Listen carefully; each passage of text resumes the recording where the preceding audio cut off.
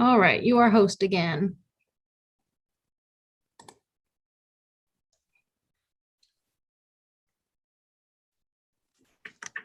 Just letting a couple more people in here as they keep popping in, but this is a public meeting and I'll turn it over to City Planner and Development Coordinator Abigail Roberts, who will be running this public meeting on the comprehensive plan of the City of Lock Haven. Thanks, Greg, and welcome everyone. As Greg said, this is a public hearing for the Lock Haven's comprehensive plan update. I have Mark and Barb here from our consultant team. Mark is from the AIDS Group and Barb is from Upstreet Architects. We've been working with them for, I guess, a year and a half now, time flies, to complete our comprehensive plan update. And I'm going to turn it over to Mark to give a presentation. We will, a short presentation rundown of the plan process. After his 15-minute presentation, we will be opening it up for Q&A, any comments that you may have. And I'll also be watching on Facebook to see if there are any comments as well. So Mark, please go ahead. Yeah, thank you, everyone. As Abby said, we're just going to kind of give a quick overview of the plan, the planning process, the outcomes, and some observations, and we'll open it up for question and answer. We have a goal of wrapping this up at 6:55 to allow transition into the council meeting. So, Barb, you want to say some words on the plan, brand, and themes, a key component of the plan. Yes, as all of you have noticed that the excuse me, the brand of the plan is Destination Lock Haven, and that name emerged as we were gathering public input, and it was the perfect way to summarize the Lock Haven experience with its characteristics and the assets that are here. The idea of the Lock Haven brand, the Destination Lock Haven, it conjures an image for people that Lock Haven's a growing community and that it's not just a gateway to someplace else, that it's the place you're planning your destination. It also challenges the community to want to improve and enhance its business atmosphere, housing market, the quality of life standards, and the visual qualities that are here to make it a better destination. So then the theme that emerged during the process was rediscovering Lock Haven. So that captured the renewed enthusiasm that we felt as we were going through the process, and also the quality of life that's offered in the city is one of its greatest assets. So this plan strongly emphasizes the rediscovering of those connections as we were going Lock Haven University. Also rediscovering community connections, rediscovering community pride, and rediscovering the natural beauty and the historic characteristics that make residents and visitors want to visit and be in Lock Haven. And, yeah. Go ahead, Mark. I'm sorry. I just wanted to, as you were saying that, I just thought of something. We're going to talk at the end towards the action items and the strategies, but really what this branding does is allow a kind of a guidance in a game plan. It allows the community and Abby and Greg and Casey and everyone to understand that when a project comes up, it can be evaluated on its own merits. If it's a project or an activity that really helps create a better destination community, well, then it fits the mantra of the plan. So it gives the city flexibility to kind of adapt and evaluate projects or actions that may not be specifically written into the plan.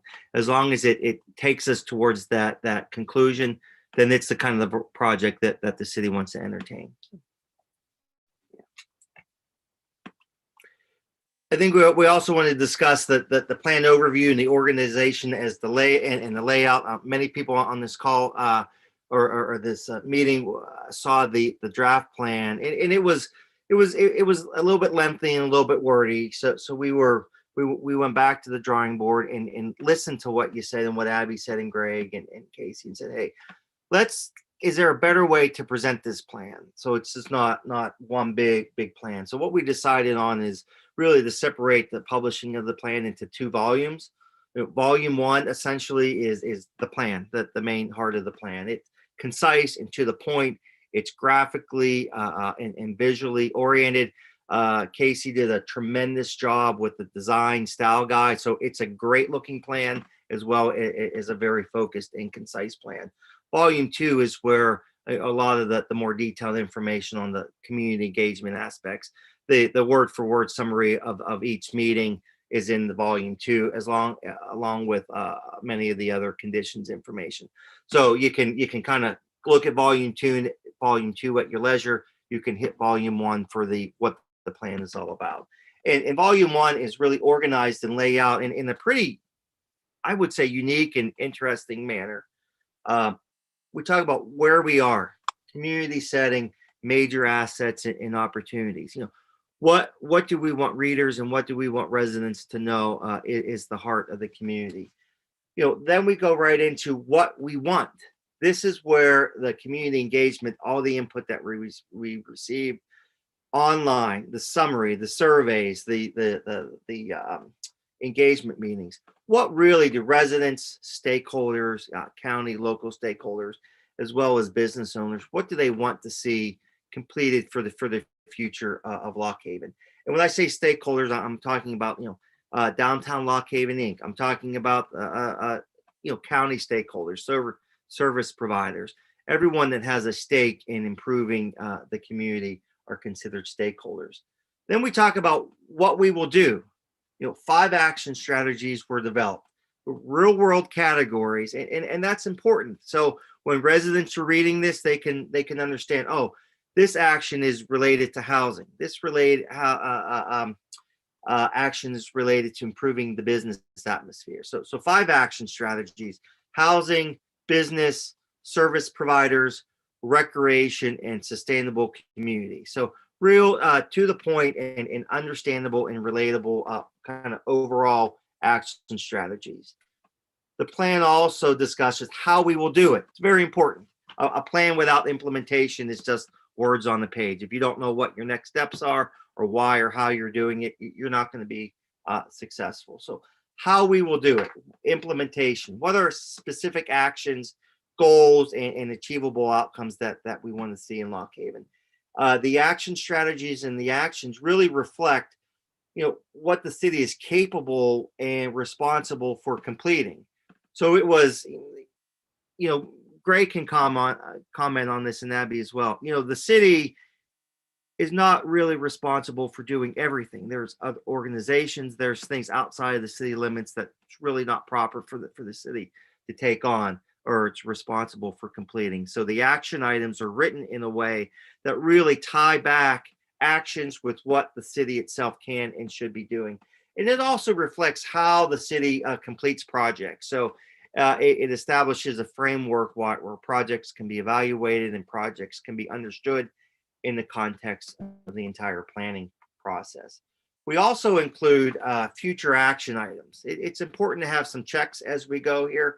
Abby will tell us that maintaining community engagement is key to this process. We don't want to be done with this process tonight. We want the city to continue engaging with residents, with participants, so that we continue that enthusiasm, continue that passion towards implementation. We want to have a dedicated 3-year check-in with the university. As we know, there's a consolidation plan going on that we don't know the finite details of that today, but we expect to know that in 3 years. So we can kind of check back in and see where that consolidation is, mergers, and see what that means for the community and for the university. We also know that we didn't get, or the plan is completed before the 2020 census data was released. So much of the information in the plan is based on latest and greatest information, which takes us up to about 2019. So there's a call in the plan to go back and take a look at some of the graphs and data and trends and compare that with actual 2020 census data to see if the estimates were accurate or not. And finally, a future action is to update the zoning ordinance. There's several actions and recommendations in the plan for doing that. And that's kind of a next step, early action item is to take a look at updating the zoning ordinance so that it fits really what the plan is calling for. Many of you were involved with the draft plan revisions, and I just want to cover this real quickly. So the draft, really the draft strategies and action items were presented to the public at the public meeting back in November. We heard comments and feedback, and we made some revisions to those. Abby did a tremendous job of having I think she coined a new phrase, a contactless public review process, which was very ingenious on her part, and Casey and Greg as well, to have that kind of a Google forum online so that the public can react to action items. We got a tremendous amount of feedback. We listened, we heard, we revised the plan, and then wrote the draft plan, which probably most of, if not everyone on this call had a chance to review.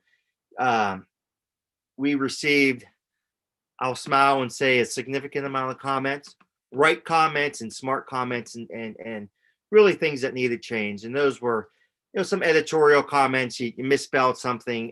You didn't mention this. Why did you mention that? Those sort of things. Additions. We want you to focus on this more and not so much on that. Plan organization. As I mentioned, we did revise things to talk about where we're at, what we want, how we're going to do it, and really what we're going to do. So there was some plan organization, layout revisions. As I mentioned, Casey pulled together the style manual, which really gave us a finite and a direction on how it's going to look and function.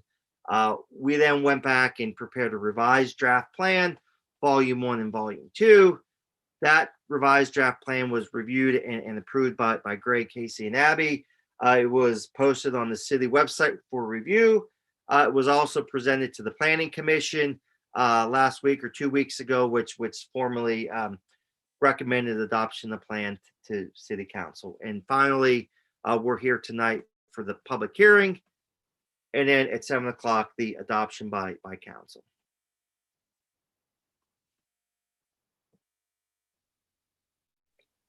And some of the major takeaways that we have of working through the process with all of you is that renewed enthusiasm for your community and the unity that it brought people together, that Destination Lock Haven, that rediscovering Lock Haven ideas.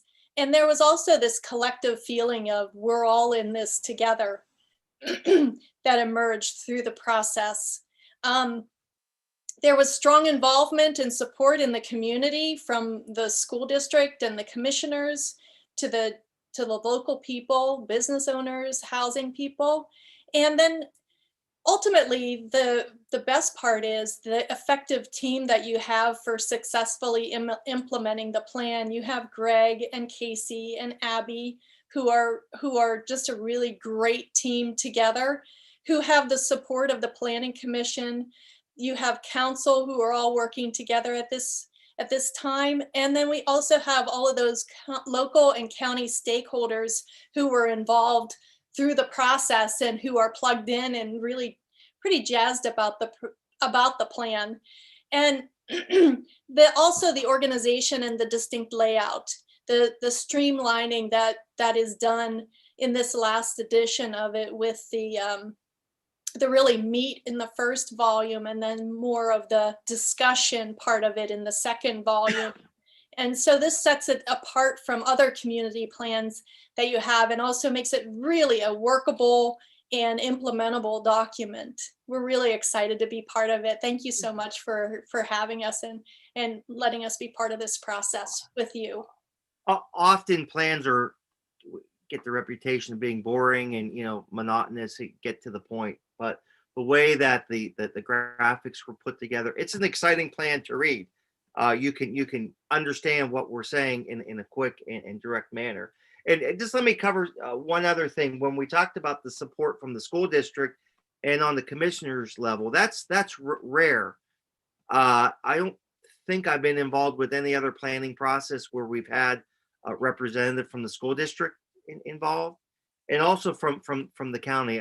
Angela, you were there at every meeting and really spearheading. I shouldn't say spearheading, but was actively engaged. That usually does not happen. So that again, that sets Lock Haven apart from other planning processes and other plans as well. So, congratulations to you on that. Thank you, Mark and Barb, and we definitely appreciate you spending the time in our community. Before we open it up for questions, I just wanted to kind of second those sentiments that Barb and Mark had shared. There has been so much involvement in this plan, and I can't be more grateful to the public, city council, the planning commission, keep going, the Clinton County commissioners. There's on the second page of the plan, there's acknowledgement page. I'm looking at it now. It takes up the whole page. There's just local businesses that we're involved in, focus groups, and it really shows that it's a community plan that not only I want to be implemented or City Hall wants to be implemented, but the community wants to implement these things and make Lock Haven a better place, make it a destination, and watch it grow. So right now we'll open it up for any questions. I know the people on my screen have at least seen the draft, and I hope everyone watching on Facebook and YouTube have seen it too. We post it on our website and Facebook page for anyone to comment. So if you have any comments, please feel free to share. Again, I'll be watching the Facebook Live.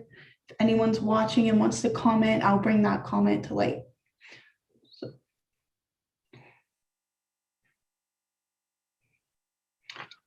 Don't all jump at once. Thank you.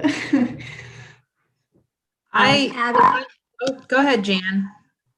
I can just speak on behalf of the Planning Commission. I think there's a couple of us on here.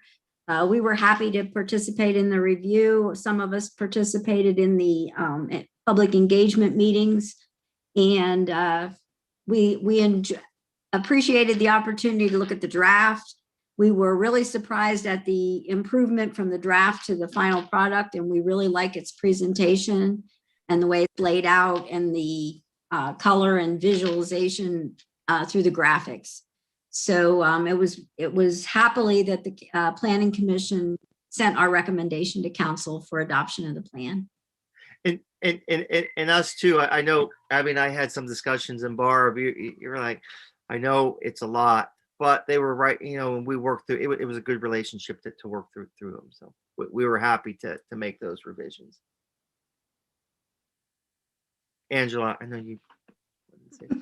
Thank you. I just wanted to thank you for your kind comments and also echo what Jan said as far as just being so grateful to have such a strong team of people working on this. And I truly believe that the success and future of Lock Haven will be residual across the entire county. And so as the county seat, it's very important to me and my fellow commissioners that the city of Lock Haven is successful and that we are instrumental in helping follow through with the plan and meeting the goals and objectives that have been set forth. Oftentimes when we complete a plan, to us the goal isn't the document. That's not the emperor. It's the process going through it. So I think Angela, since you were involved throughout, and many others, planning commission and council members, now that we're at this point, you're not starting the process. You've been involved with it. So it is a continuation. And the plan is it's a dynamic, fluid process. So an opportunity may appear next month or in 6 months or a year that hadn't been thought of or presented in a certain way in the plan. And that's why I go back to the plan brand, which is why it's so important. Again, each opportunity or project or activity or grant opportunity that comes before council for review, it can be reviewed against that brand. And if it makes sense to, yes, this is going to make us a better destination, this is what the plan wants to do, well, then it fits the plan. It doesn't say, well, I don't specifically see this grant listed in the plan, we can't go after it. That's, we want to avoid that. So we want to make it a fluid, dynamic process as well.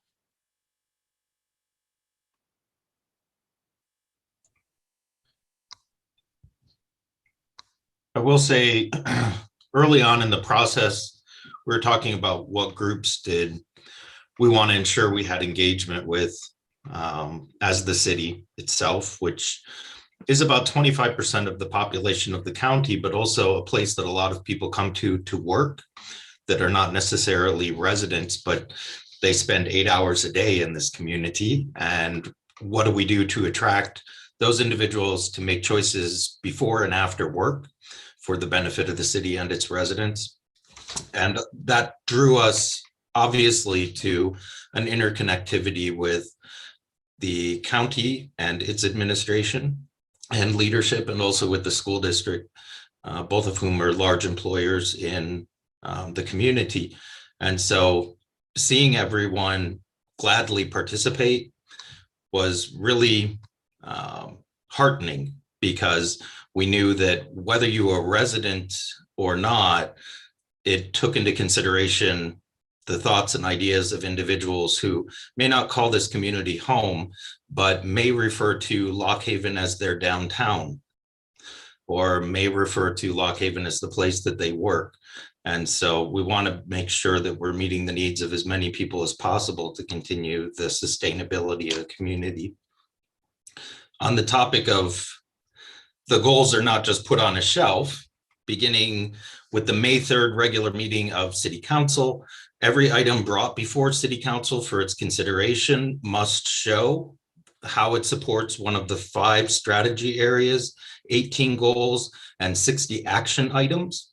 So in order to get on council's agenda, it must meet one of those 60 action items. As time progresses and things move on, then you could also have the opportunity to show how, if it's not included in the plan, it benefits the brand that the community has come together to say that this is what they want to explore as their future.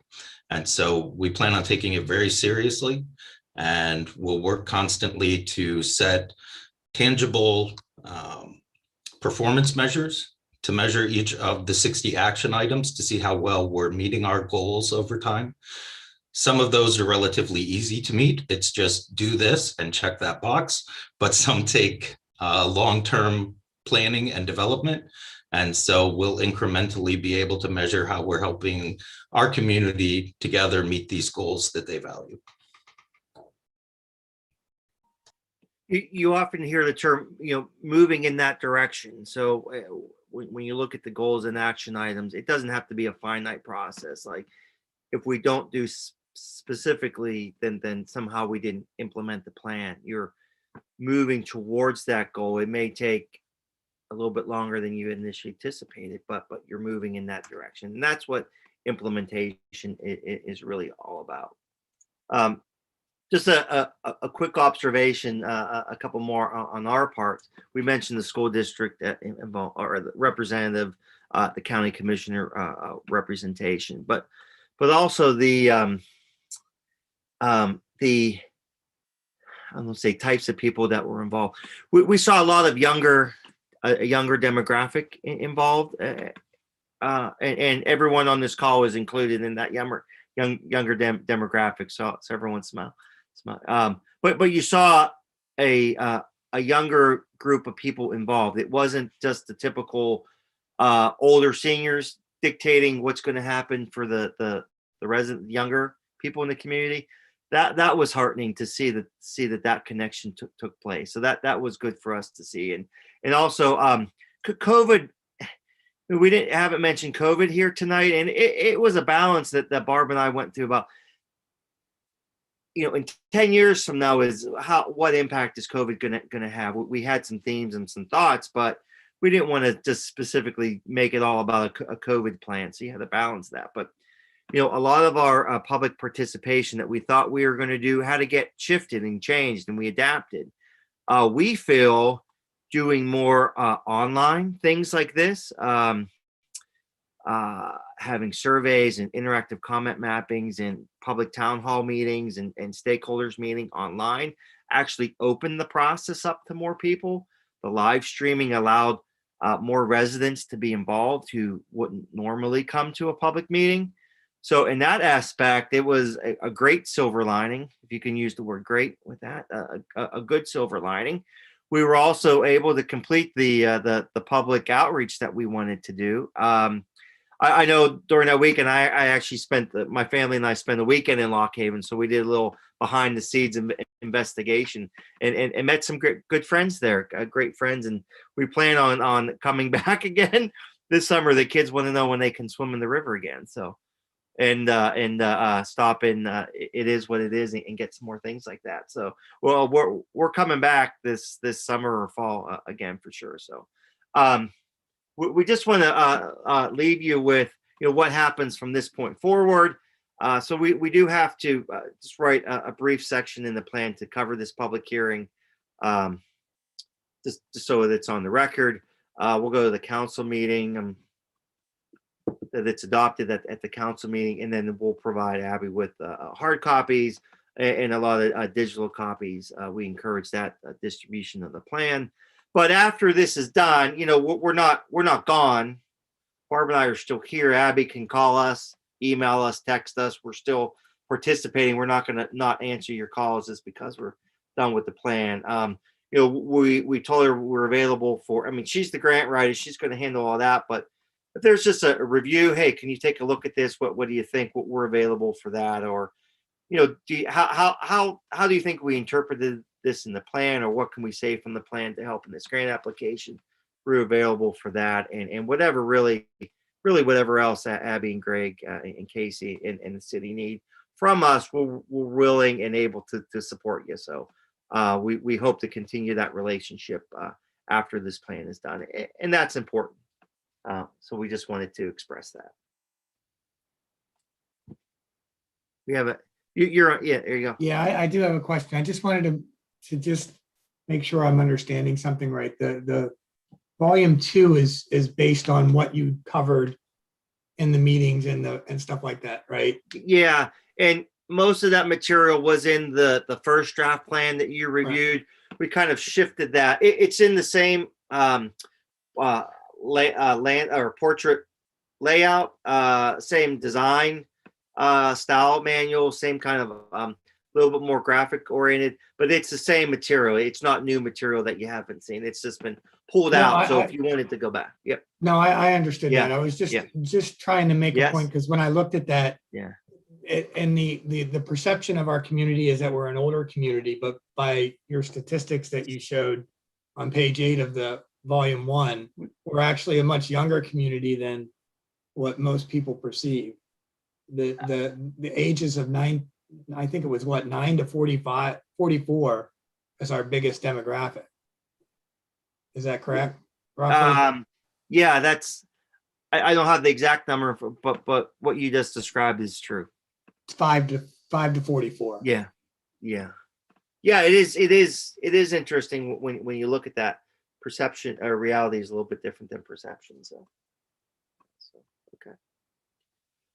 Well, Abby, we're 2 minutes over our goal, so I don't want to go 3 minutes over. So I'll turn it over to you for a final wrap up.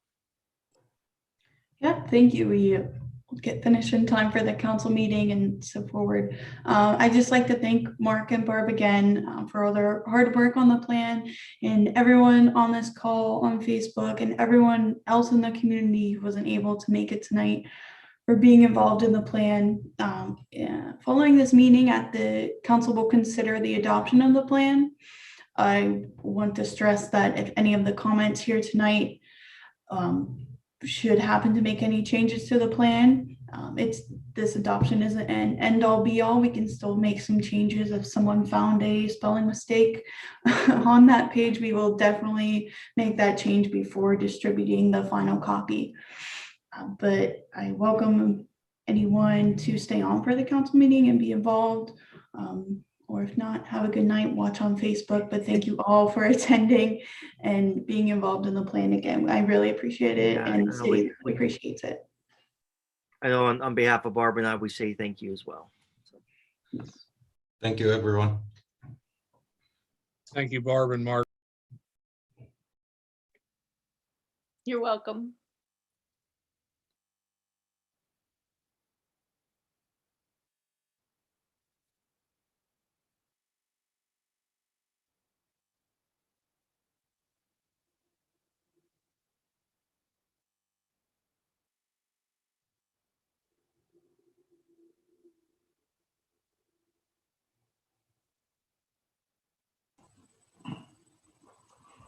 Greg, are we going directly into the council meeting from here? Yes, sir.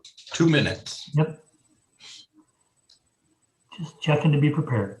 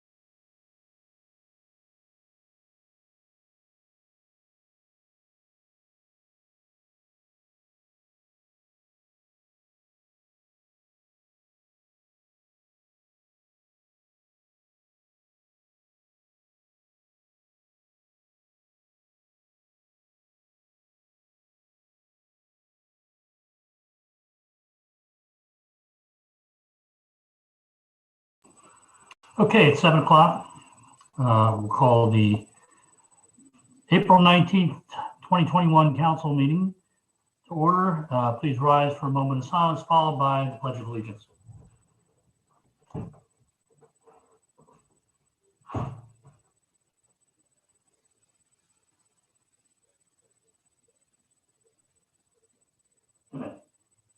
I pledge allegiance to the flag of the United States of America and to the republic for which it stands, one nation, under God, indivisible, with liberty and justice for all.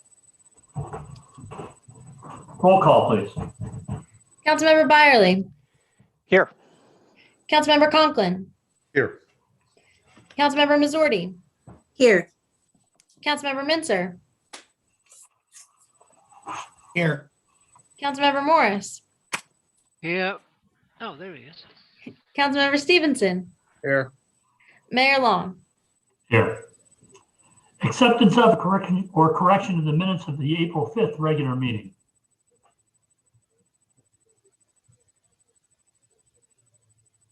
Move acceptance. Approve. Oh. Second. I'll second. Okay, sounds like we have 2 motions and 2 seconds. I think Rick is the one I heard clear on the motion and Doug with the second there. Any questions or comments on the motion? Call for the vote, please. Councilmember Byerly. Yes.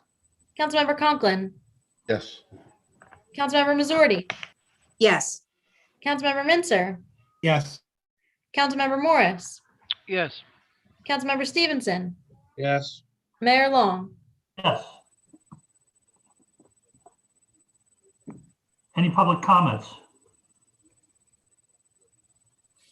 I received none, Your Honor. Okay. Correspondence, 5A, the use of downtown city streets for rights of way for the combined KCSD and LHU homecoming parade. Back and better than ever. I'll turn this over to Director of Community Life, Casey Campbell, who's been in contact with the organizations. All right, so we have a request from Keystone Central and in tandem with Lock Haven University for a homecoming parade on October 21st, 2021.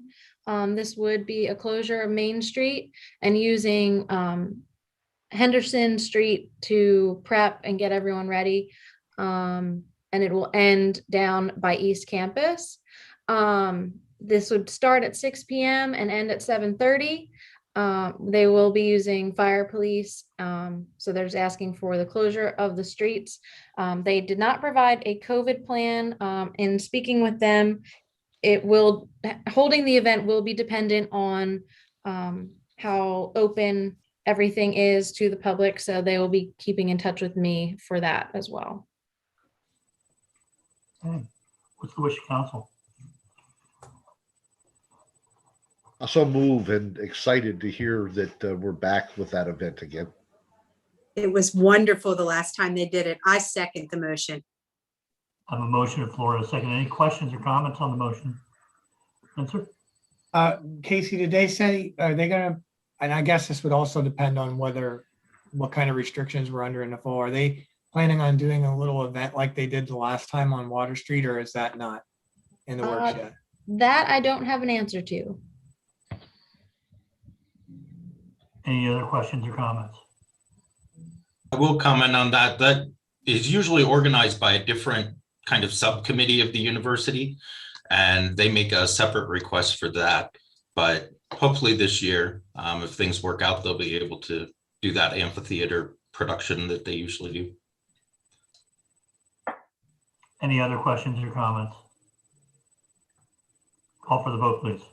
Councilmember Byerly, Yes. Councilmember Conklin, Yes. Councilmember Missouri, Yes. Councilmember Mincer, Yes. Councilmember Morris, Yes. Councilmember Stevenson, Yes. Mayor Long. Yes.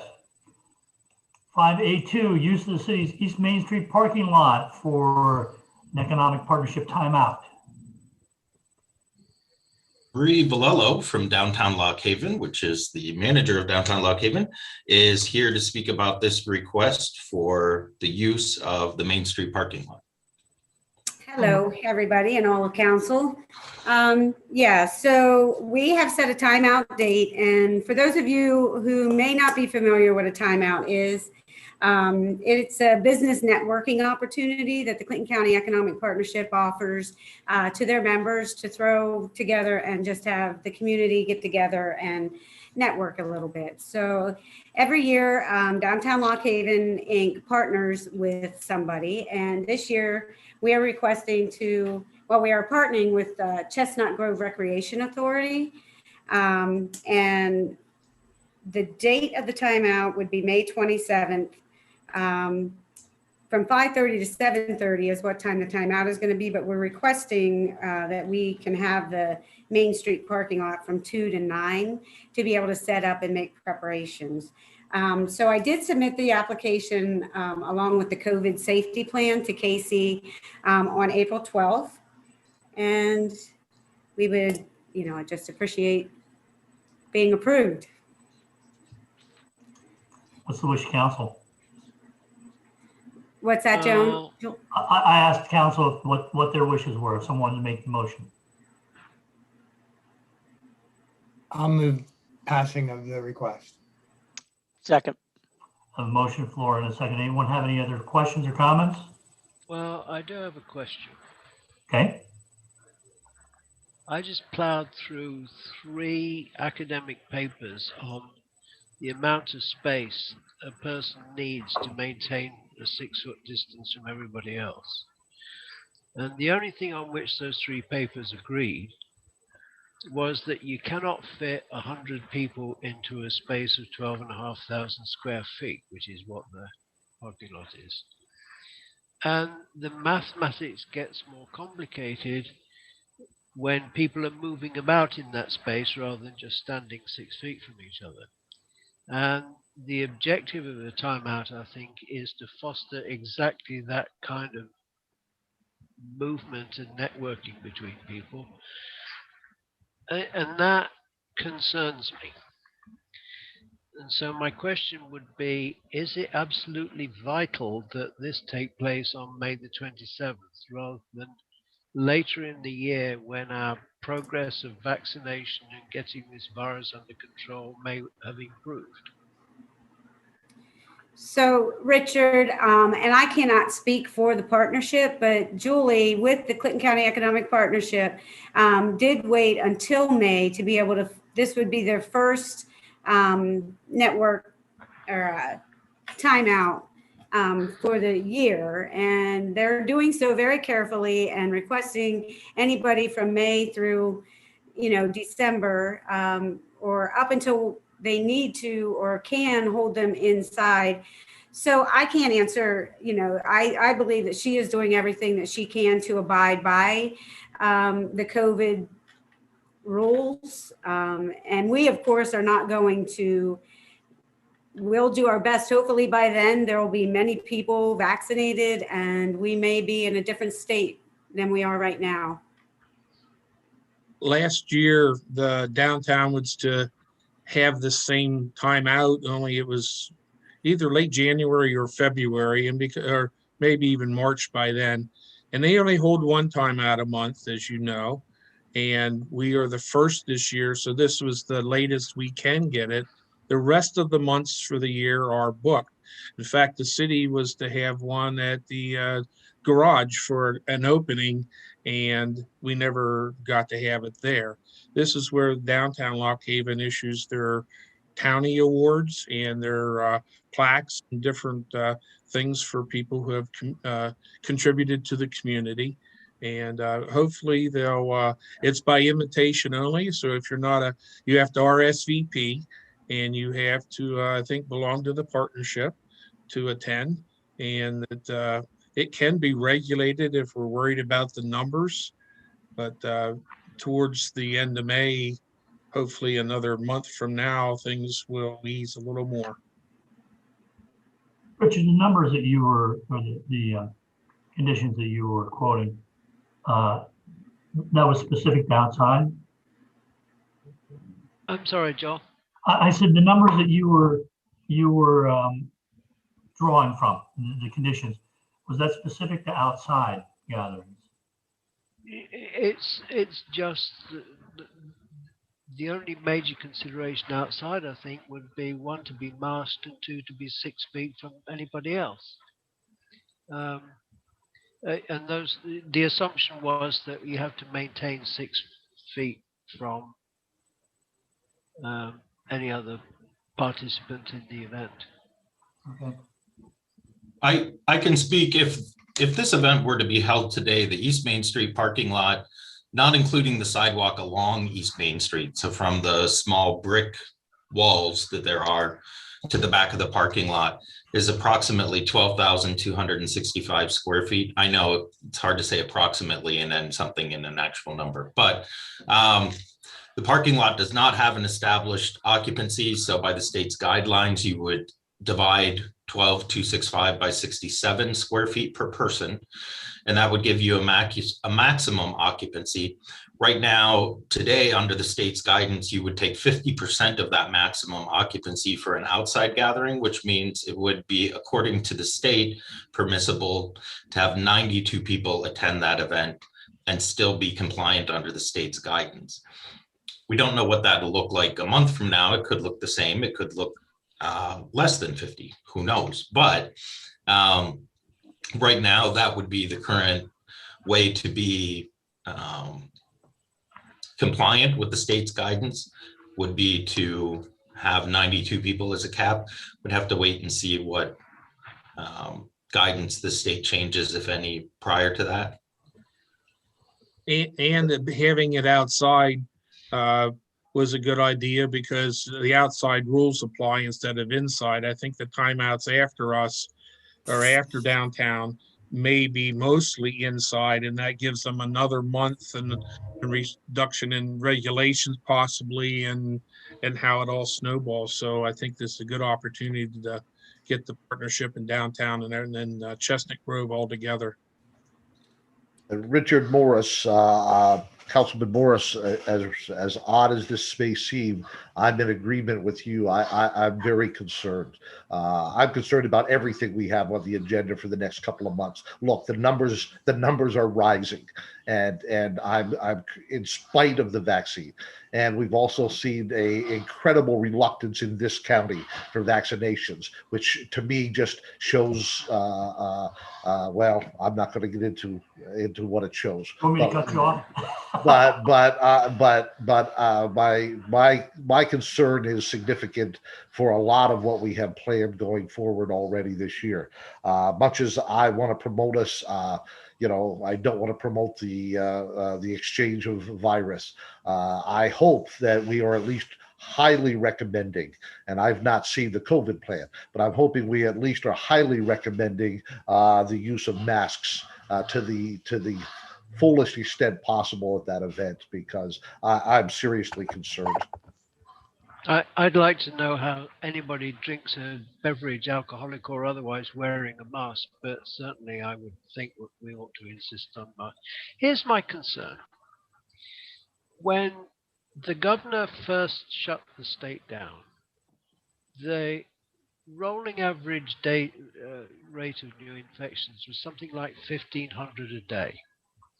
By the middle of June, that number was down to 318. A month later, it had redoubled after some of the restrictions had been lifted. It just seems to me, in an abundance of caution, that we should proceed more slowly than simply taking the view that, well, the sun's out and we've been vaccinated, let's all cram together and award each other plaques. I have real concerns about this. Richard, I think it is premature. If I may, Richard, I think you know that I've been more cautious than most during this. But, you know, to compare it to last year at this time, we've gained, when I say we as a country have gained a lot more knowledge about how this is all working. So that's where some of this comes from, I believe. As long as it's based on fact and not the misinformation that gets spread out there. But I do share your concern. Does anyone else have any questions or comments? Do I have a motion, even a motion including some restriction of some sort, if that's what you want to do? I'll move the request. I would second. A motion floor and a second. Any further discussion? And let me caveat that they do have in their safety plan. It's in our. I do see it here in our downtown. It's in our agenda. So it's actually, there's a resolution after the request from Casey in between our safety plan, between that and their safety plan. So it is in the safety plan, but regardless, they do have notices that they will be encouraging wearing masks, and I would go stronger instead of encouraging and just include everybody must wear a mask to attend the event. If I were to amend my motion, that would be the only thing that I would say instead of encouraging, requiring people to wear a mask. But other than that, I mean, I think Marie has a very good plan here from my standpoint. Marie. So can I ask this?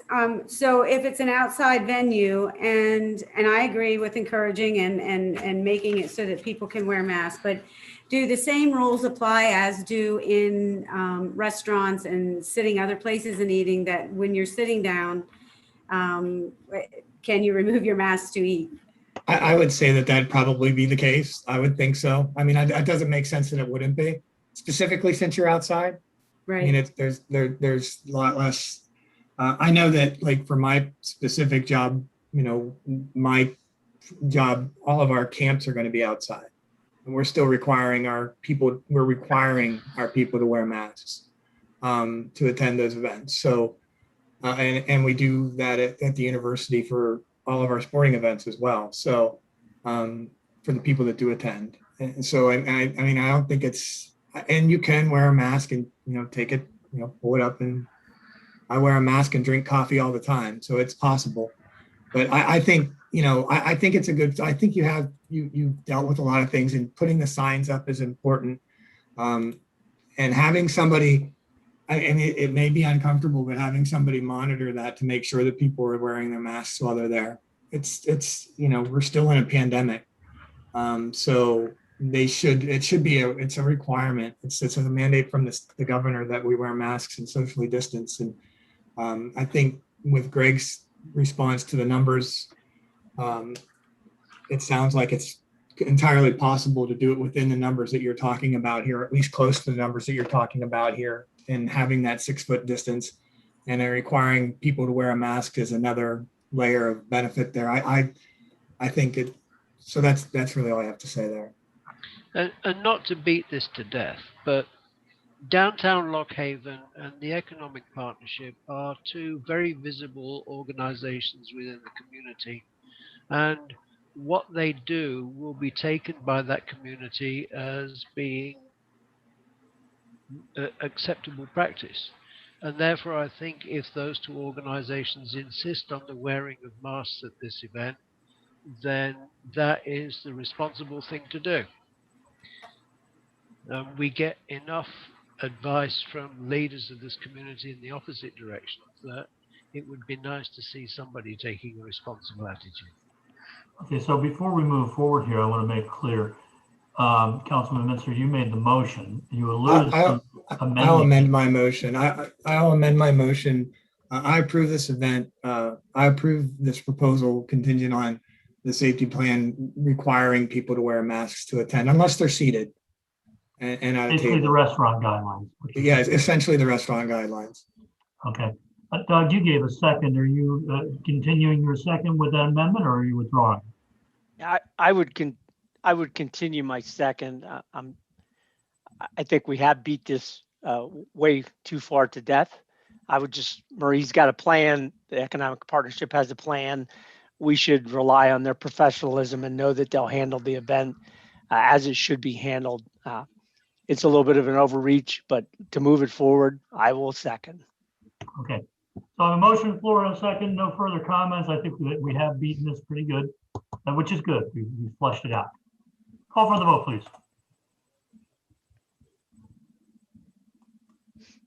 Councilmember Byerly, Yes. Councilmember Conklin, Reluctantly, yes. Councilmember Missouri, Yes. Councilmember Mincer, Yes. Councilmember Morris, Equally reluctantly, no. Councilmember Stevenson, Yes. Mayor Long. Yes. Thank you, everyone. Good discussion on that. Thank you, 5A3, Marie. use of the levy by LHU Geoscience. The Lock Haven University Geoscience Club and Geology Program would like permission from council to use the levee to study some of the fossils in the riprap along the levee. I half jokingly told them they are welcome to study them, but they just can't take them with them because they are an essential part of flood control. She apparently took that to heart because she did make note that they will not take any of the riprap with them, but it's awfully nice of them to go through the formality of the process to submit use requests to City Council.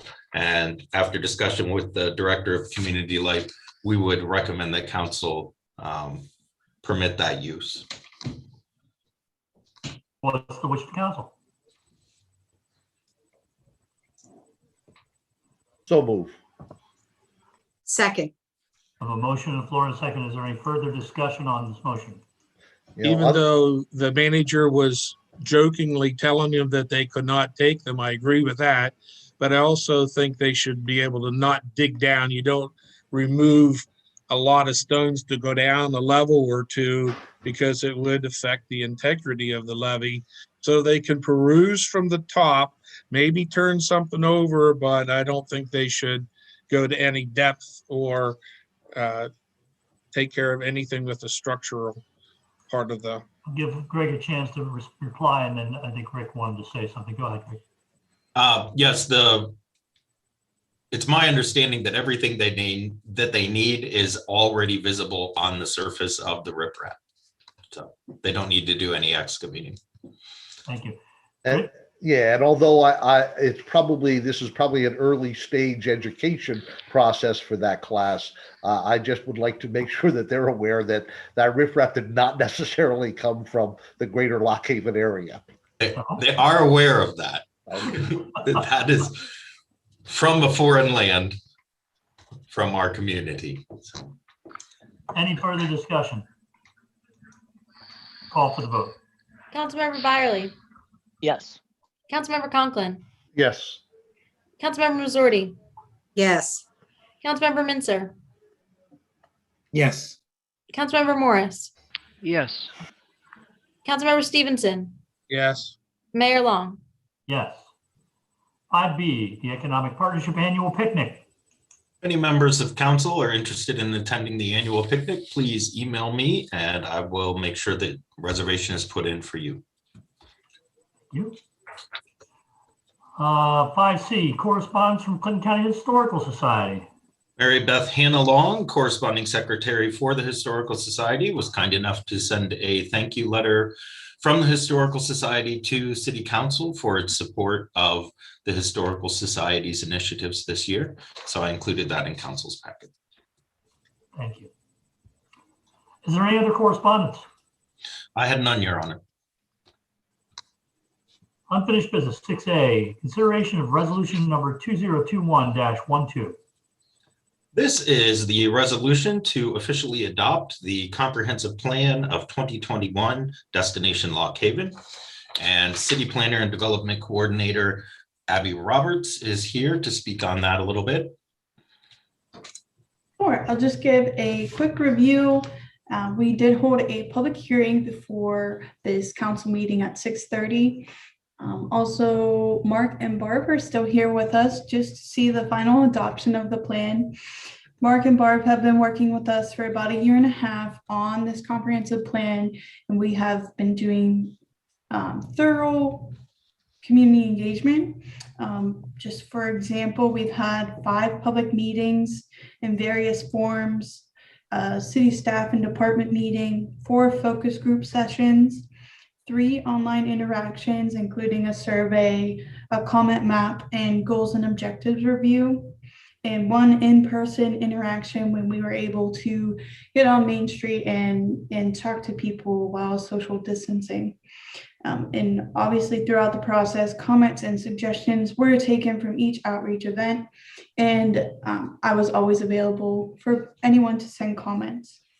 The plan outlines 18 priority goals and 60 action strategies and lays out a future for Lock Haven in the next 10 years or longer.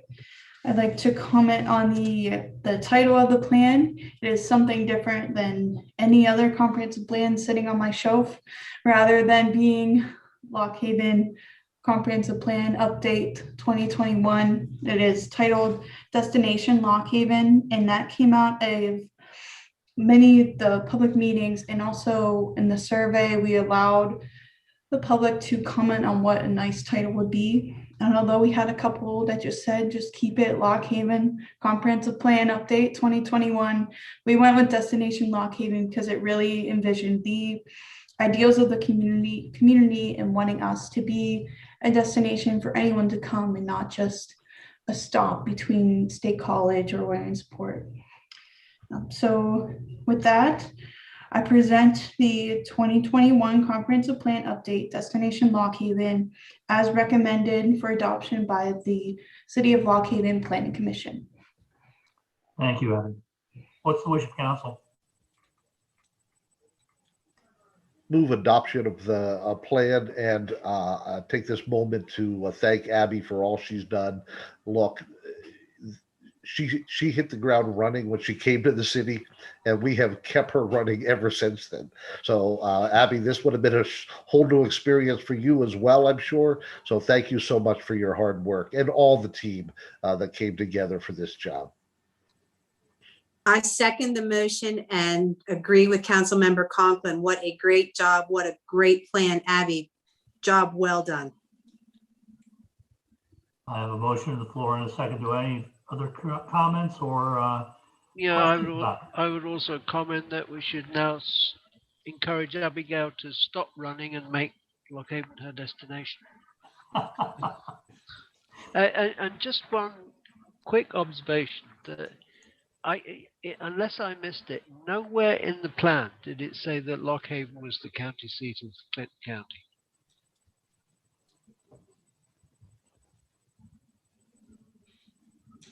I don't know if it does say that, although that perhaps goes without saying, if you're already here. But to those of us who are making it a destination, it might be useful to know that. The one thing, if I may add, Abby and the team that worked from Eads and Barb, when faced with a pandemic that really curtails engagement, use creativity to overcome that. And, you know, we insisted from the beginning when Abby and I first met with the team that this absolutely had to have far and above more engagement than any plan we have ever had. And we wanted to know what everyone in this community felt was the goal and objective, and we wanted that all to be reflected in the final plan.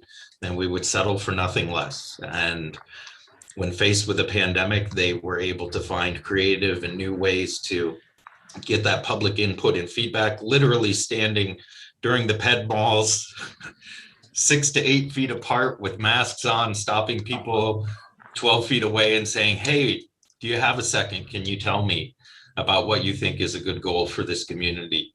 And when Abby and I sat down and had a meeting to address the plan, it was clear that we had to put this together in a way as a final product that we could truly measure what those objectives and action items are, and how the community can show that it really is addressing what the residents of this community listed are their top priorities for this community. And so, like Abby said, there are 18 goals, and those are split. There are 60 action items that support those goals.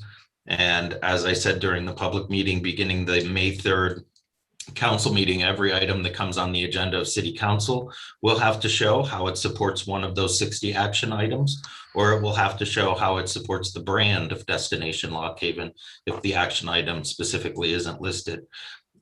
That way people understand this is not a plan that's put on a shelf. This is real people who live in this real community and their real goals. And that really matters to the people who work hard every day to make this a better quality of life community for everyone. And that includes the 7 members of city council, including the mayor of the city of Lock Haven, who all of us are very happy to work for. We'll remember that, Greg. Well, we'll accept Richard, but except Richard. Okay, so I believe we have a motion on the floor and a second. We didn't take a vote yet, did we, Casey? Nope. All right. Well, unless anyone has any further comments. I'd like to say something if I could, Joel. I just thank you everyone for your kind comments, and I'd also like to thank council, the mayor, planning commission, Greg and Casey for helping me throughout, Mark and Barb, of course, and everyone who has commented and helped along the way, the local businesses that have helped. It's easy to listen when everyone comes out and participates. So they really made the plan, the communities, and I'm very happy with the result. So thank you. Thank you. Anything from Mark and Barb?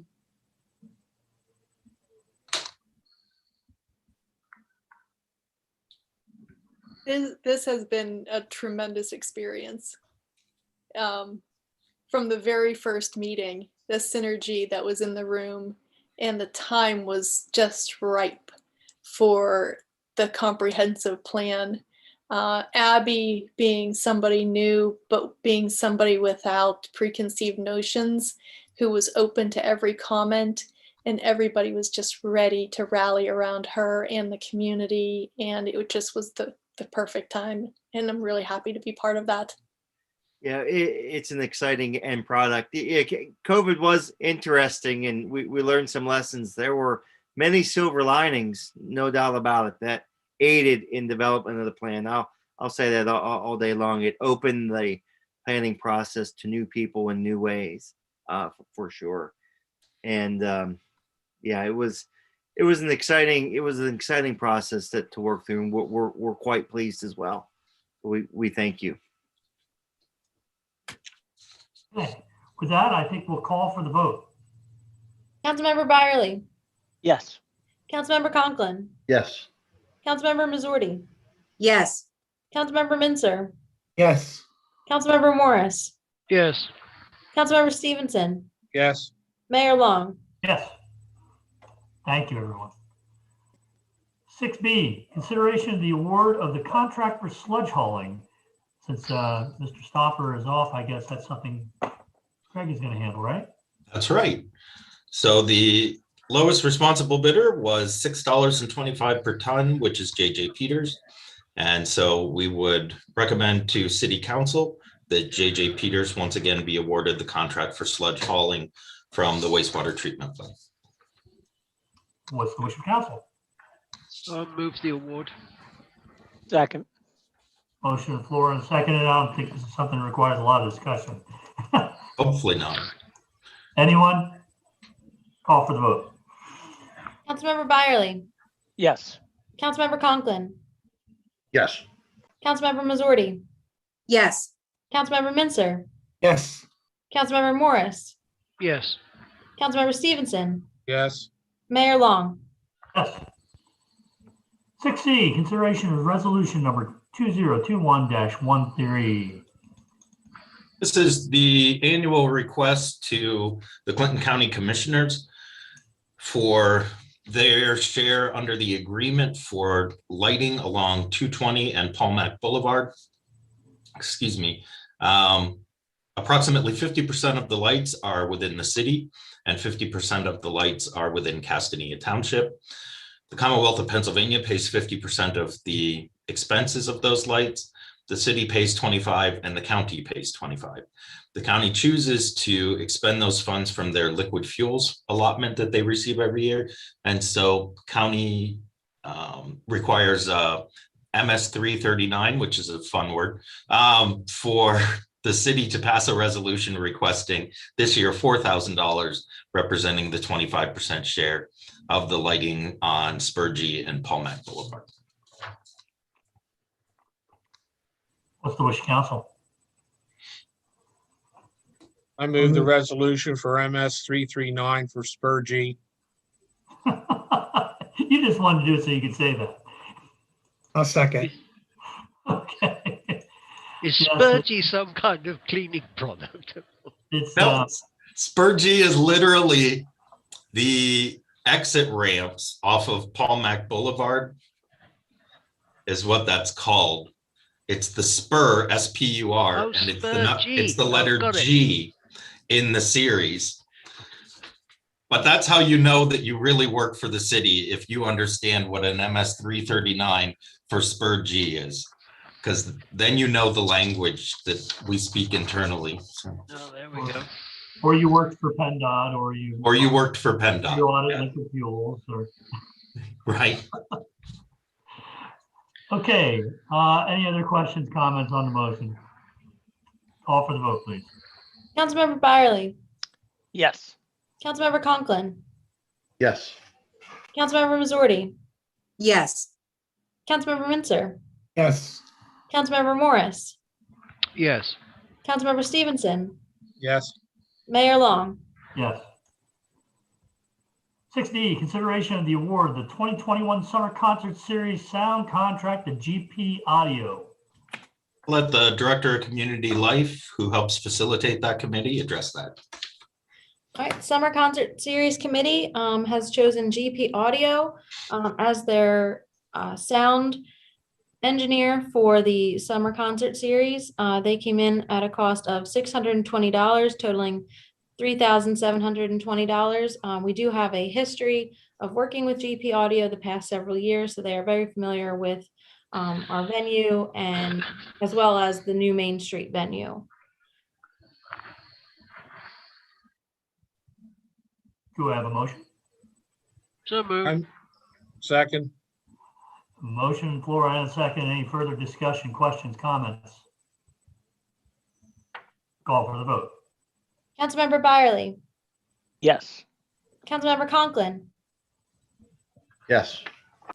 Councilmember Missouri, Yes. Councilmember Mincer, Yes. Councilmember Morris, Yes. Councilmember Stevenson, Yes. Mayor Long. Yes. Is there any other unfinished business? I had none, Your Honor. Okay, new business. 7A, consideration of resolution 2021-14. The last time City Council passed this resolution was 2017. This is a request from the city of Lock Haven, which will be entered into as a resolution by probably most of the members of the Pennsylvania Municipal League. encouraging the State House and Senate to adopt House Bill 606, which would enable all municipal police to use motor vehicle speed timing equipment, which is commonly called radar. Pennsylvania is the only one of the 50 states that does not permit the local use of radar, which is very unusual, but it is the best device to use in order to ensure traffic safety. And hopefully this year it will pass, which the Municipal League has been advocating for a very, very long time. But if it is the wish of council, this resolution would then be forwarded on to Senator Dush and to Representative Borowitz, as well as the members of the Transportation Committee in both the House and the Senate. You know, it's kind of interesting, Greg. Actually, radar is easier, not easier to use, but it's more advantageous, I think, in places that the city has, where it's down these small streets where we're trying to get people to slow down, and they want us to try to set up fast car and so on to try to do that. Right. You know, where they do it with the state police, there's nice big long areas for them to go ahead and do that sort of thing. Not that they should have to do that either, but it's ridiculous that it's not allowed to be used by local municipalities for speed control. It's the most effective. And as far as, you know, there's a lot of criticism that municipalities would use it as a money-making tool. The municipality does not actually keep the fine that is issued for traffic. So if it's a motor vehicle code issue, something like traffic stop for speeding, a lot of the cost of that ticket actually is state level support. And then the municipality keeps 50% of the fine. If you ever have gotten a speeding ticket, you'll notice that the fine is the smallest amount that you pay of that. And so there certainly isn't a lot of money to be gained, but it certainly is a more effective way of enforcing speed, especially in a community where, like ours, we do get complaints of speed. And when you use radar, the law permits that the variance is fewer miles. So when we use something like NRAD, you have to provide basically people 10 miles over the speed limit plus 1 mile for calibration. So, you know, it can create a situation where saying 25 is actually 40 before you could even ticket someone. That isn't the same case with radar, and that's why it's a more effective tool. Do I have a motion? I'll make that motion for Bill 606, our resolution to support that. And I will, well, I appreciate your second. I will comment, Joel, that frankly, of the 14 years that I've been on council, I know at least 13 of those years at PML, we've been pushing for this. And Joel, I think we pushed for it before you left council. Yes. It was on their agenda. So it's been a long time coming. Let's hope it actually gets done this year. Yep. Any further discussion? Call for the vote, please. Councilmember Byerly, Yes. Councilmember Conklin, Yes. Councilmember Missouri, Yes. Councilmember Mincer, Yes. Councilmember Morris, Yes. Councilmember Stevenson, Yes. Mayor Long. Yes. 7B, consideration of the submission of a letter of request to the Clinton County Commissioners. The fire department is going to need in 2023, just in our local case, to replace the SCBA, which is a self-contained breathing apparatus that they use during fires, and those age out. And for the city, they cost about $7,500 a piece. And for our 3 fire companies combined, we need about 40 of those. If you do the math, that's more than $300,000. However, the city isn't alone in this. Most of the county, at least 10 fire companies, will need to replace those SCBAs in the next couple of years, including through 2023. Because this is an enormous undertaking of countywide interest, we're asking for City Council to permit a letter to be written to the county commissioners requesting that they apply for a FEMA Assistance to Firefighters Grant, AFG, This is the most frequent way in the United States of America that SCBA's are purchased. And the county applying for this would make it a much more competitive grant application because of the number of municipalities that would be involved. And that could help shore up the amount of funding needed in order to replace these units and save each of these municipalities and fire relief organizations significant amounts of money by taking advantage of this very large pool of federal funds available for just this purpose. So we would ask council to endorse the issuance of this letter, which would go out as soon as possible after council were to approve it. Do I have a motion? I move approval. Second. Motion floor and a second. Any further discussion? Call for the vote, please. Councilmember Byerly, Yes. Councilmember Conklin, Yes. Councilmember Missouri, Yes. Councilmember Mincer, Yes. Councilmember Morris, Yes. Councilmember Stevenson, Yes. Mayor Long. Yes. 7C, guess we're having lots of correspondence with the county. Consideration of submission of a letter of request to the Clinton County Commissioners. You say that this will be our third correspondence of this particular meeting. So a tax bill was not issued for Dickey Elementary School this year because it was a tax exempt entity when tax bills were issued. The city itself cannot issue a tax bill. The city must make a request to the county to so issue that. And then the city kind of piggybacks off the counties in its ability to issue local real estate tax in our municipality. And so this letter is a request to the county commissioners to issue an interim tax bill for the property that had been tax exempt that is now taxable. And that has been held by the courts as a qualifying reason for interim assessment. It would basically give a tax bill that the percent to total of the year of the building would be taxable compared to tax exempt. And so if this is the wish of council, which it would seem just and fair, then we would get this letter issued and CC'd to the assessment office as well as the county commissioners. Do I have a motion? So moved. Second. I have a motion floor and a second. Any further discussion? Call for the vote. Councilmember Byerly, Yes. Councilmember Conklin, Yes. Councilmember Missouri, Yes. Councilmember Mincer, Yes. Councilmember Stevenson. Oh, Councilmember Morris, sorry. Oh, it's perfectly all right. Yes. Councilmember Stevenson, Yes. Mayor Long. Yes. 7D, consideration of a new subcommittee. I know that seems like all the rage this year. However, one subcommittee of council, which was looking into the International Property Maintenance Code and updating that for readoption in the city, has wrapped up its review, and that has been forwarded now to the city solicitor for his review, which I'm sure will take quite a bit of time before it comes back to city council for its adoption. Tonight, city council adopted the comprehensive plan. The update of the property maintenance code is one of the goals of the comprehensive plan.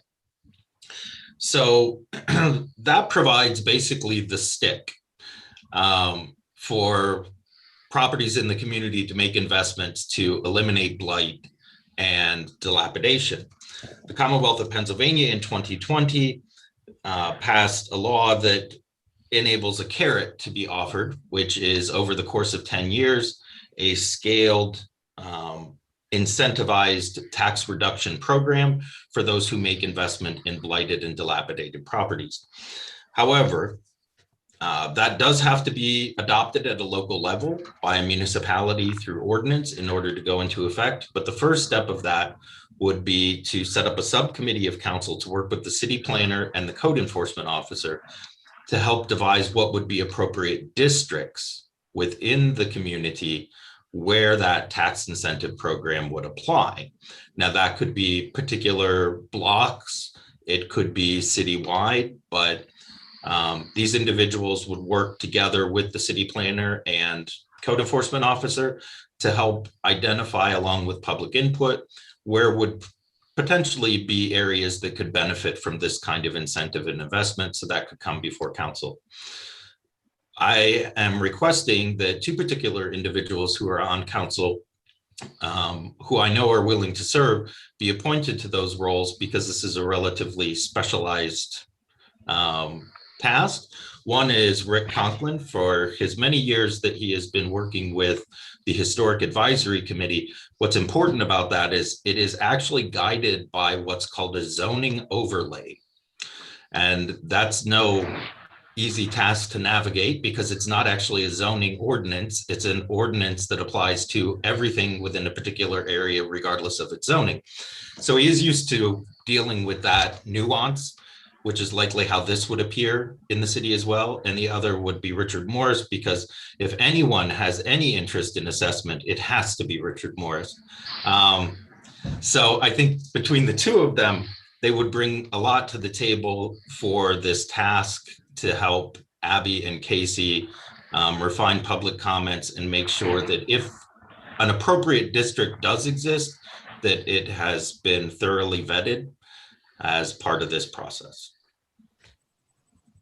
So this would work somewhat, I mean, obviously not exactly the same, but kind of like what we do with the TIF. It's a way to encourage people to invest. Yeah, it's like LERTA, but it doesn't just apply to commercial properties. Right. So it can be industrial, commercial, or residential. So it is a little different, because LERTA quite often doesn't apply to residential, but in this case it may. And so it is an interesting law. It kind of passed in the middle of the pandemic and went unnoticed, but you do have to adopt it locally, and this would just simply be the first step in getting that public information out there and getting it eventually brought to before council for its ultimate consideration. So we need a motion to form the subcommittee and then name the council members, right? Correct. No? Do I have a motion to that effect? Yeah, I'll move make the that motion. subcommittee appointing the two council members named. I'll second. Would you like to make the second? Yes, I'll second. All right. So I have a motion on the floor and a second. Any further discussion on the motion? Call for the vote, please. Councilmember Byerly, Yes. Councilmember Conklin, Yes. Councilmember Missouri, Yes. Councilmember Mincer, Yes. Councilmember Morris, Yes. Councilmember Stevenson, Yes. Mayor Long. Yes.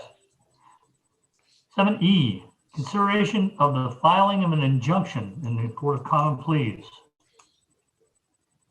The city throughout the community has a lot of easements that are placed on people's deeds. A lot of those are for utilities. Some are for vehicle access.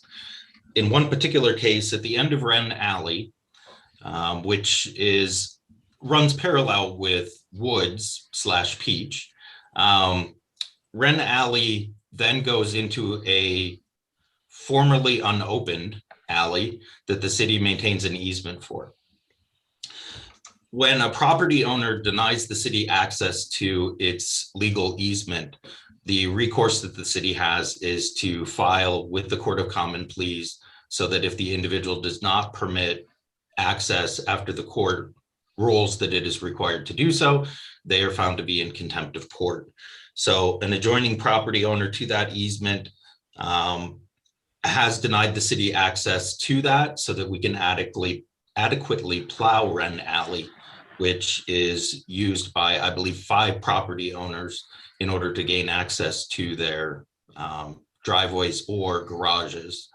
And so we are asking council, after consideration with the city solicitor, and we have been in correspondence and communication with the property owner for a significant period of time prior to this, which to no avail. So at the recommendation of the solicitor, we're asking council to file this injunction in the Court of Common Pleas against the property owner. Just a quick thing, because I know the area we're talking about.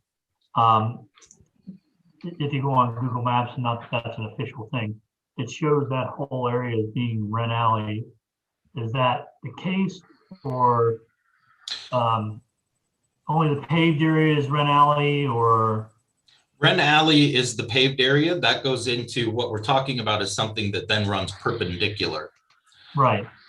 And And that's something that is still the city's right of way. It could be an alley.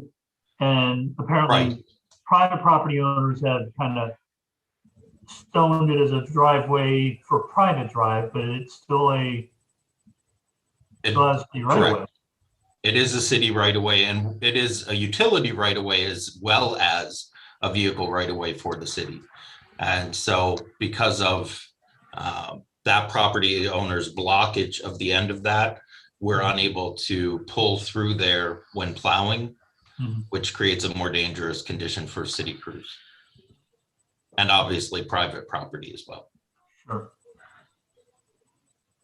Everybody understand what? Go ahead. Is that at the end of Crane Alley? No, Wren. I know that, but where is it? That's Okay, Bill, if you you know where Shade Field is, if you come down Pearl Street, the next block. okay. Oh, okay. I see it. All right. Gotcha. I don't know if the Google image shows, but there usually are vehicles parked there as well as piles of stone. And now what appears some 4x4s have been set in there as well. Last I looked, I didn't see anything like that, but it really depends upon when they take their pictures. Right. So Greg, is this guy's property subject to the easement, or does it adjoin the easement? I believe that it adjoins the easement because it's an unopened alley. So it's basically an encroachment. Correct. Now, just to clarify, and tell me if I'm wrong, Greg, but it was an unopened alley that would have been easy for someone who lived near there, that hadn't been used or whatever, to assume it's their property and just do with it what they wanted. But they should know by now because we've had enough run-ins with them. Am I correct in how I'm laying that out? Well, let me start by saying I may not be using all the legally correct terms. I'm trying to use terms that I think we just all use in common. However, this property owner is aware of that easement, has been made aware repetitively, not only by Director of Public Works, but through correspondence to the city, which was then delivered kind of on behalf of or worded by our solicitor. So at this point, this is just the last ability we have under the law to enforce this easement. It is an easement that is, according to the solicitor, valid, and there are two separate ones that share the same common space. So again, not sure I'm using all the legally correct phrases, but these drafts were prepared by the city solicitor for council's consideration, so I know that they contain the correct language. Sure. Yeah. And they will be available to the public if council so chooses to take this measure. They'll be available after they're filed at the Prothonotari's office. Do I have a motion? So moved. Second. You can pick one of the 2 seconds, Casey. Any further discussion? Call for the vote, please. Councilmember Byerly, Yes. Councilmember Conklin, Yes. Councilmember Missouri, Yes. Councilmember Mincer,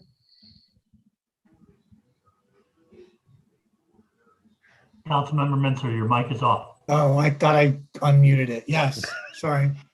Councilmember Morris, Yes. Councilmember Stevenson, Yes. Mayor Long. Yes. 7F, discussion regarding the effect of the borrowing package. So I asked Concord Public Finance after the last council meeting to put together some figures for what they believe the impact would be on the budget for debt service. First, we can talk about the water fund project. So this would create for 20 years, it would be $32,600 a year to undertake a $450,000 project. And this is for support of Maquahattan and Mackey Avenues in Castania Township. The amount for airport funds over the next 5 years would have an increase of about $35,748 per year. And for the general fund, an impact of about 2.5 million, which would include the refurbishment of City Hall and also the addition of some other features up at the Second Avenue Garage, would increase the annual debt service by about $180,000. Now that's the 20-year, what's called the 20-year level. So if every year were the same, then that's what it would be. You can also wrap those. So as one debt service ends in a particular fund, then the debt service would pick up that difference in the wrap.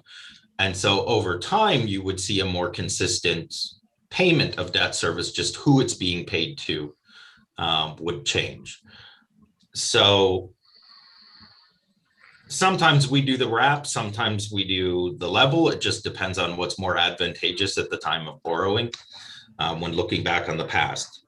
However, in discussion with Concord right now would be, because of interest rates being so low, not only is it a great time to borrow, however, it's a great time to refinance. And the city does have several million in outstanding notes with a 3.98% rate. So that could be refinanced likely for significantly less than that. And that's both the 2018 A and B notes, the B note for airport and the A for general obligations, and also the 2016, which would have a positive effect then on the sewer fund by reducing the amount of debt service that is owed there. So the last time that we had a discussion about City Hall, which was pre-pandemic, and the amount of the refurbishment of that facility, it was between 1.3 and 1.6 million dollars when we had a contractor come through and give us estimates for improvements. The building is not in better shape today than it was pre-pandemic. It has not healed itself in any way, but and cannot be vaccinated, but it does still need a roof, new heating and air conditioning systems, and a variety of other improvements, the least important of which are cosmetic.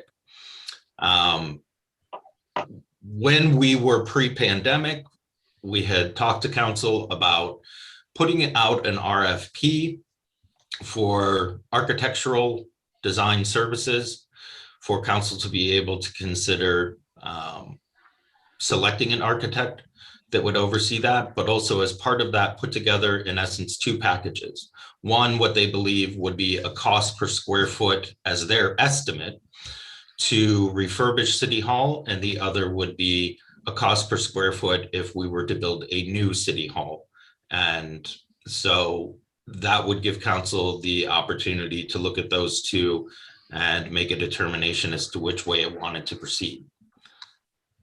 I personally have no skin in the game other than to say that there are a lot of deficiencies in the workplace that we have right now in City Hall, and a lot of accessibility issues as well, significant safety issues. There's no fire suppression system whatsoever.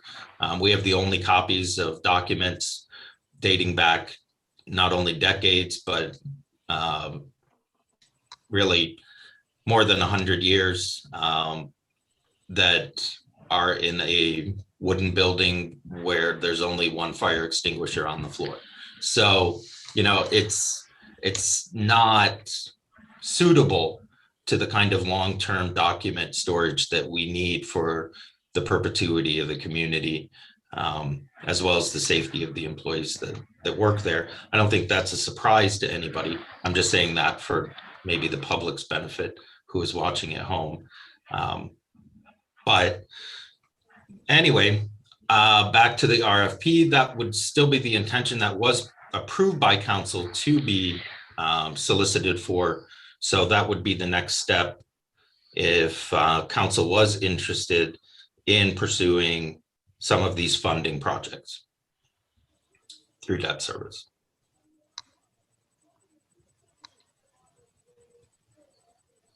And Well, now the questions. Well, yeah, and I guess the first a question and a comment, and so my question is that you're at this point just requesting the approval to go ahead with an RFP, not to employ an engineer. Right. And the second would just be a comment that from what I have experienced recently in plans for my own little project, the construction costs, I was quoted the other day that a gentleman had bought a piece of plywood for construction prior to pandemic at $13 a sheet, which he's now paying $30 a sheet for. So it's not got any cheaper by a long shot. And that being said, I'm more than willing to move approval of release of an RFP for the project. I will say on that topic, what you're constantly battling against, I guess, cost-wise, is in refurbishment as a governmental entity. When you're refurbishing a building, you're going to pay prevailing wage. And so you're going to pay prevailing wage to someone to tear down a wall, and then prevailing wage for them to put up a new wall in its place. And with new construction, you just pay somebody prevailing wage to put up the new wall. But in that world, you have to weigh what is the cost of new construction then? Because if new construction outweighs the cost of paying double prevailing wage, then you're not any farther ahead. And I think that's why it's important to get an understanding of what professionals are seeing as their estimate for, per square foot for commercial new construction and refurbishment. We have a motion. Do we have a second? Second. Okay, we have a second. Now we can continue the discussion. I just wanted to make sure we got that part out of the way. So you want to have it, Steve, you have something. It's not under the square foot for new construction, but it also would be land acquisition to be included in on that estimate from the, when we put that out. There's a land value that we would have to have or purchase would have to be included in that overall cost. It would, unless the city already owned land to put it there, which is something we could explore too. So. And so this RFP is going to look at building a new building plus, in addition, asking for what it would cost just to refurbish what we have right now, correct? Overall, the RFP will contain basically any of the interested parties should prepare a price list on what the people who would work on the project would earn and estimated hours they think it would take for each of those individuals to participate. And then also examples of prior work that they've done that could be considered by council in, reviewing, is this the right architect for our community style wise and aesthetics, and also the types of entities that they've designed for. And then finally, if they could provide an estimate of what they believe it would cost per square foot for new construction, as well as for refurbishment of the existing city hall. So really ultimately is like an interview process for potential architects. So in the refurbishment of the existing city hall, would that, and you may have this already, Greg, because I think we did talk, well, I know we did talk about this once before, like you said, prior to the pandemic, but I don't know if you gave us like a checklist of what needs to be repaired and how much those costs were. Would that be something that you would get in this too, or would that be something separate? That's something that we have basically prepared that would have to go into the RFP so they would understand this is the right sizing that we're looking for. This biggest space for, let's say, the finance office manager's office should be this size. And this is how big this office should be. So it does have a right sizing of square footage, which we worked on, I think, 2 years ago to get that accurate and correct, compared to, a lot of us have overly large offices, which are not environmentally friendly today to heat and cool. And so part of designing City Hall would be to ensure that we're building it right size, and be able to have areas that if we weren't using them, we didn't have to constantly keep them at 72 degrees year round for cost savings. But yeah, it will contain a list of all the things that do need to be repaired and replaced as much as possible, at least highbrow. Is there any possible funding for the architectural process here? There may be. It just depends on, honestly, what we'll know by May 1st, what our potential uses of the ARP funding, which would be grant funding, but also if the infrastructure initiatives, the Jobs Act were to be passed federally, there will almost definitely be monies available through that as well, because it's governmental infrastructure. In the long-range plan, are you anticipating keeping the police with City Hall or separating them to a different facility? With City Hall would be the preference. The preference would be as little disruption to the way we do business as possible.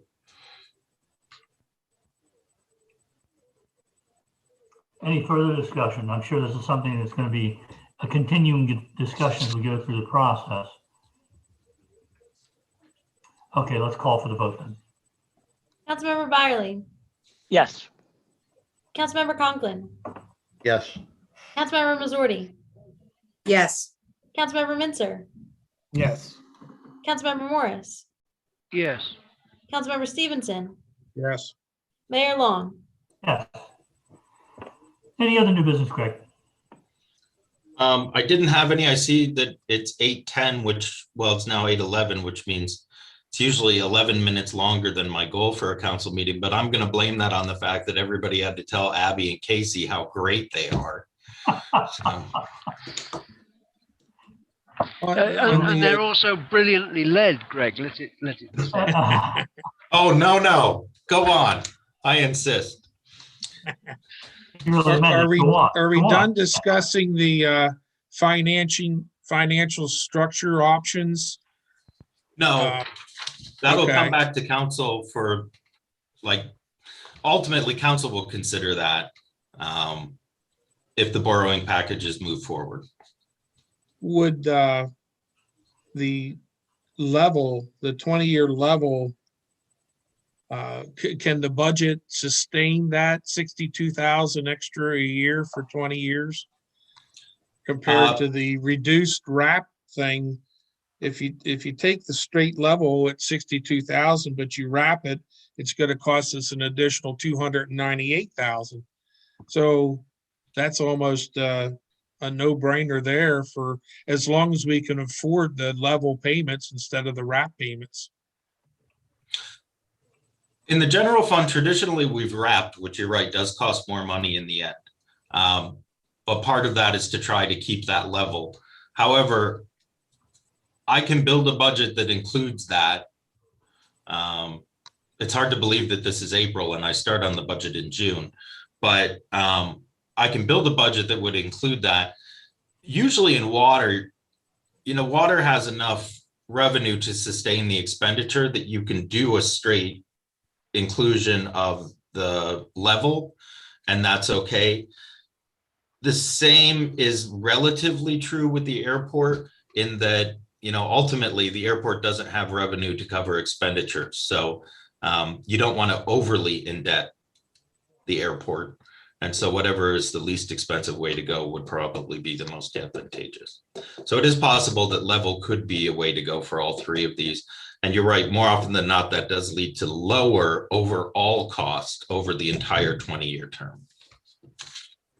Right, and the difference of 230,000 is quite substantial but over 20 years, that's just another 10,000 something a year, but it's still just something to look at when we discuss it again.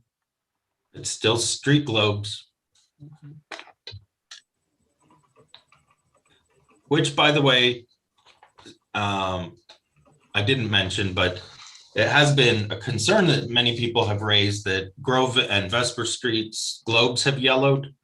And so those have been ordered this year as part of the capital improvement plan to get white globes back up there. They still will have a slightly different color when they're on because they are a different type of light inside than Main Street, but they at least will be whiter. So they won't look kind of so aged as they currently do. With that said, since we're talking about globes now, Canal Park on the Roxy side specifically, I mean, I haven't been down for a little bit because I'm injured, but the last time I was down through that area, a lot of the Canal Park globes were either broken or missing. So Canal Park is a walk through history. So those are the original lights of Lock Haven, which were originally then tried to be replicated as part of Streetscape. And then those replicas are also down there. So these are very, very old units that they don't make parts for anymore. And so we have had Mountainside Electric there several times, and they have rewired to the extent that they can. Some of the things we can't get some of the globes, unfortunately, just because they don't make those particular sizes already prefab. But I did speak to the Director of Public Works, and this year he's to speak with PP&L, who we can rent decorative light poles from per month. Canal Park is on the schedule for park improvements. And so we really just need to make it to whatever year that is that they fall on the schedule with rented street lights, which would be an improvement.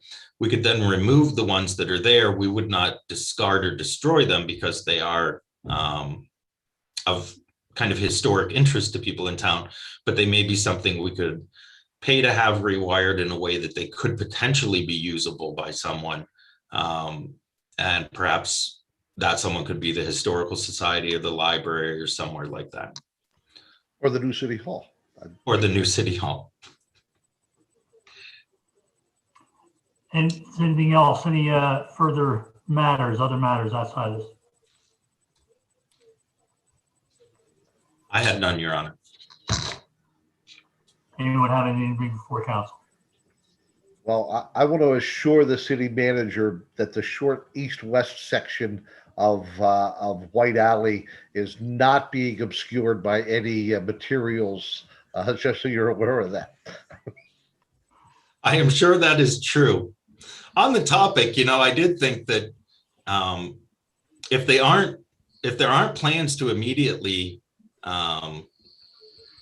replace Dr. Pignatello as the president of Lock Haven University, perhaps we should explore as a community the city manager's house on Water Street, since that's apparently vacant. And I just thought that seemed like a great idea. Okay, I think we're looking for a motion to adjourn. So moved.